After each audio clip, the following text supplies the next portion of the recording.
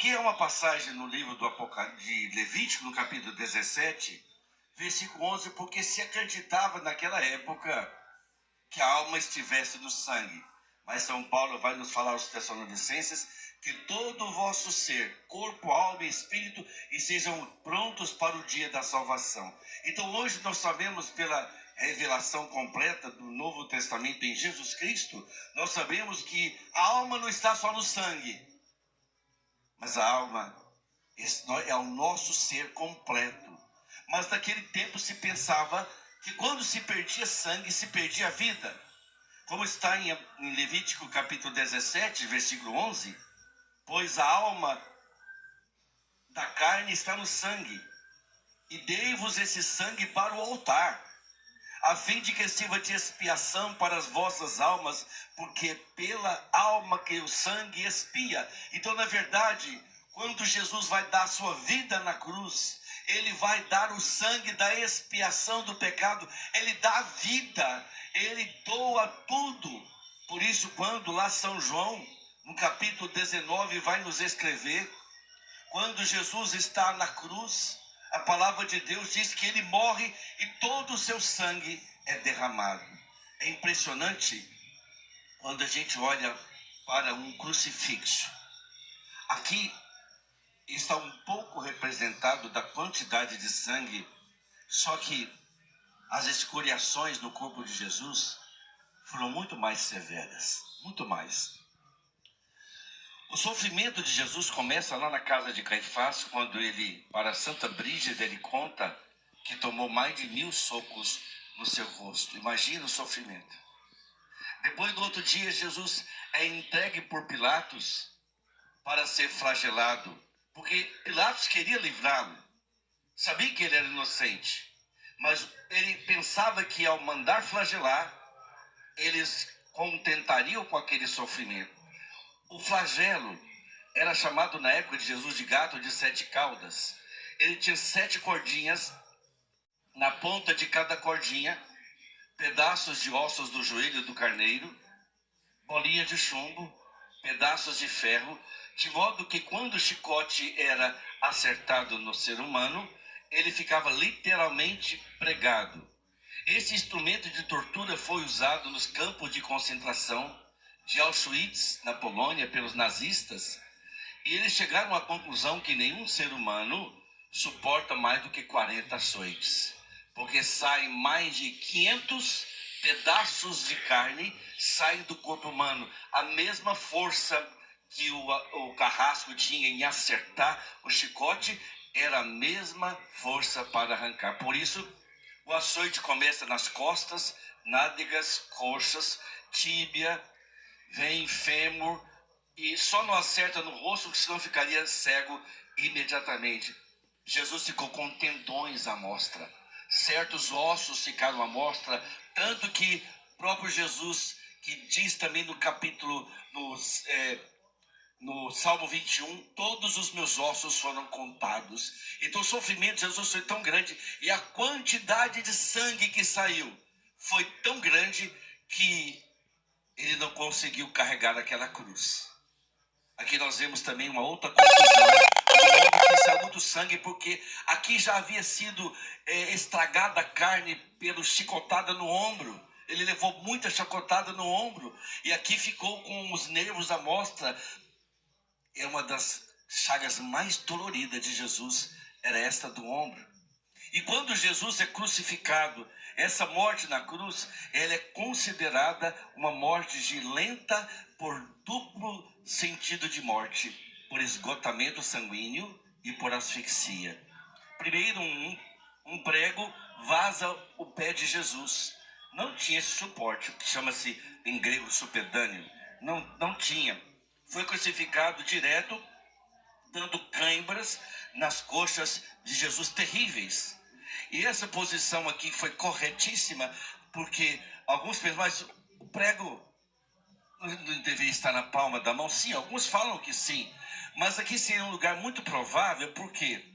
Porque há 3 ossos nesse lugar, onde se crava a pessoa, fica literalmente pregada, e anatomicamente é feita a mão de artérios, carpo e metacarpo. Ou seja, essa parte do pulso pertence à mão. Então, nesse lugar foram rompidos, inclusive esse nervo, que dá choques no cérebro, ele foi rompido. E nesse lugar, o sangue não para de correr, a não ser se for cauterizado. Então, Jesus ainda tem uma coroa de espinhos, que era muito mais espinhos do que esses aqui. Quando eu estive em Jerusalém, na última vez, eu tive em mãos uma coroa de espinhos. Cada espinho media 1 polegada, 2,5 centímetros a 5. Era como se fosse uma coroa, um gorro com espinhos pontiagudos que entraram. Então Jesus, ele está tão ensanguentado, porque por isso o próprio Isaías fala no capítulo 52, versículo 14. Tão desfigurado estava que havia perdido a aparência humana. Então Jesus, ele vai ter todo o seu sangue derramado na cruz. E esse sangue é derramado principalmente quando uma contusão acontece, que é de São Dimas, que se converte quando Jesus havia morrido na cruz, morreu muito antes dos 2 ladrões. E os judeus queriam que se retirassem aqueles homens da cruz, porque o sábado santo, que era da Páscoa, começava no entardecer da sexta, e não podia ficar ninguém ali exposto na cruz, gemendo. Então, como que eles faziam para apressar a morte dos supliciados? Batia com uma marreta e quebrava aqui a tíbia. Desse modo, a pessoa não consegue respirar. A morte de Jesus foi por asfixia. Por quê?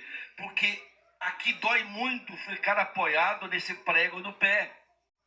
É como se a junta do tornozelo se abrisse em duas. Então ele não consegue ficar muito tempo. Ele tem que se soltar nessa posição, deixar seu corpo dependurado nessa dor terrível dos braços.